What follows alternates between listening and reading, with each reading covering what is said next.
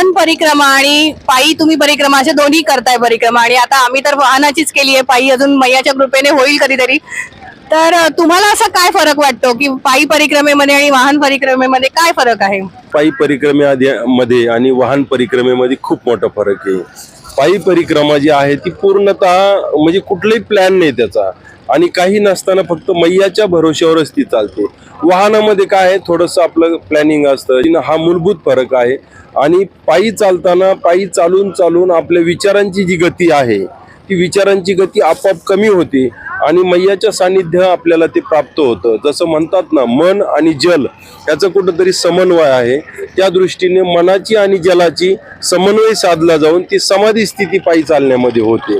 तरी सुद्धा आपण ज्यावेळेस बसने करतो आणि बसमध्ये जेव्हा आपण हा उपक्रम राबवतो थोडासा किनारीने पायी चालण्याचा, त्यामध्ये तो आनंद आपल्याला काही अंश